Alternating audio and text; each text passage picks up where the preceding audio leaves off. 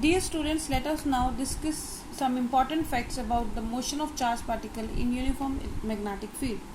We know that F is equal to QVB sin theta, as we have just discussed in previous video. Now first case is if charged particle is at rest, if Q is at rest. In that case, V is equal to 0. Since V is equal to 0, so F is equal to 0 from this expression. It means the charged particle will not experience any force and it will move straight in the direction of magnetic field. Second case, if charged particle is moving, Q is moving in the direction or opposite to the direction of magnetic field. In that case, theta is either 0 or 180 degree.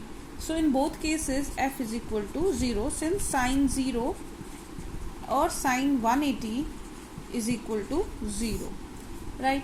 Third case is if Q is moving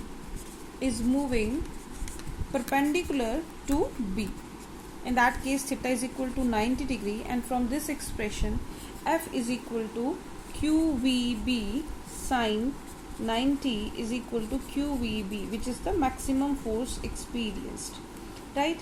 Maximum force experienced, and also since the force experienced, the direction of force is perpendicular to this V and B, velocity component and B magnetic field, so this force component will not change the speed of the charged particle but rather change its shape, and it will follow a circular path, and the necessary centripetal force is provided by this force.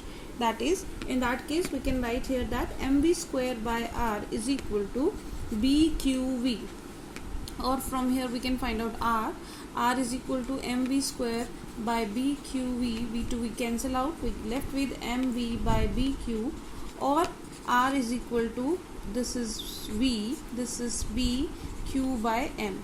So clearly r is directly proportional to velocity and r is inversely proportional to charge by mass ratio. So from this we are clear that if the charged particle is having more velocity, so it will follow the greater radius, and it is having the smaller velocity, it will follow the smaller radius. And moreover, second case, the charged particle having more charge to mass ratio, right, that will be having lesser radius, and another one, and vice versa. For example, let us consider electron and proton, right?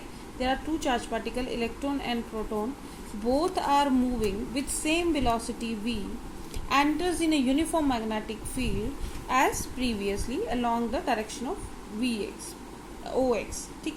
In that case, we know that the mass of proton is greater than the mass of electron. So clearly Q by M ratio for electron, since mass of electron is lesser than mass of proton, so Q by M ratio for electron will be greater than the Q by M ratio for proton. So in that case we can say that since Q by M for electron is greater, so radius followed will be lesser. So it means for electron the radius will be smaller than for proton radius, right? So this is all about the discussion of magnetic field motion of charged particle in a magnetic field.